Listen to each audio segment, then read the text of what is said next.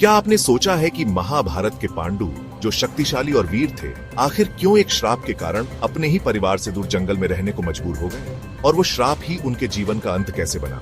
जानिए इस अद्भुत कथा में। महाभारत की कहानियों में हर घटना के पीछे एक गहरा संदेश और रहस्य छिपा है। पांडवों के पिता महाराज पांडु, जिन्होंने अपनी वीरता से कौरव और पांडवों का वंश आगे बढ़ाया, उनका जीवन एक श्राप के कारण त्रासदी बन गया। आज हम आपको उस श्राप की कहानी बताएंगे जिसने न केवल पांडु का जीवन बदल दिया, बल्कि महाभारत के पूरे घटनाक्रम को भी प्रभावित किया। महाराज पांडु एक महान योद्धा और कुशल शासक थे। एक दिन वे अपने सैनिकों के साथ शिकार के लिए जंगल गए। शिकार के दौरान उन्होंने एक हिरण को देखा जो अपनी मादा के साथ था। बिना यह जाने कि वह हिरण नहीं, एक रश्मि था, पांडु ने तीर चलाकर उसे मार दिया।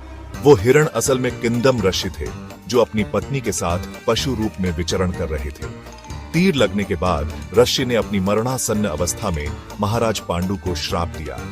उन्होंने कहा, हे पांडु, जैसे तुमने मुझे और मेरी पत्नी को प्रेम करते समय मारा है, वैसे ही यदि तुम कभी अपनी पत्नी के साथ निकटता का प्रयास करोगे तो तुम्हारी मृत्यु हो जाएगी। यह श्राप पांडु के जीवन का सबसे बड़ा अभिशाप बन गया। श्राप से भयभीत पांडु ने राजपाट त्याग दिया और वनवास का जीवन चुना।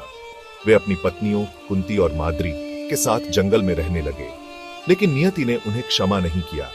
एक दिन वसंत ऋतु में, जब जंगल सुंदरता से भरा हुआ था, पांडु अपनी पत्नी माद्री के प्रति आकर्षित हो गए और श्राप को भूल गए। जैसे ही उन्होंने माद्री को छुआ, श्राप सत्य हो गया और पांडु ने वहीं अपने प्राण त्याग दिए।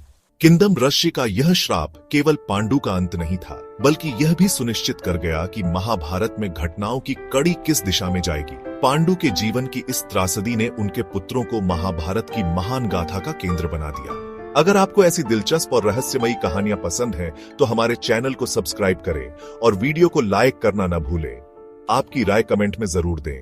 धन्यवाद और बने रहिए हमारे साथ महाभारत की गहराइयों को जानने के लिए।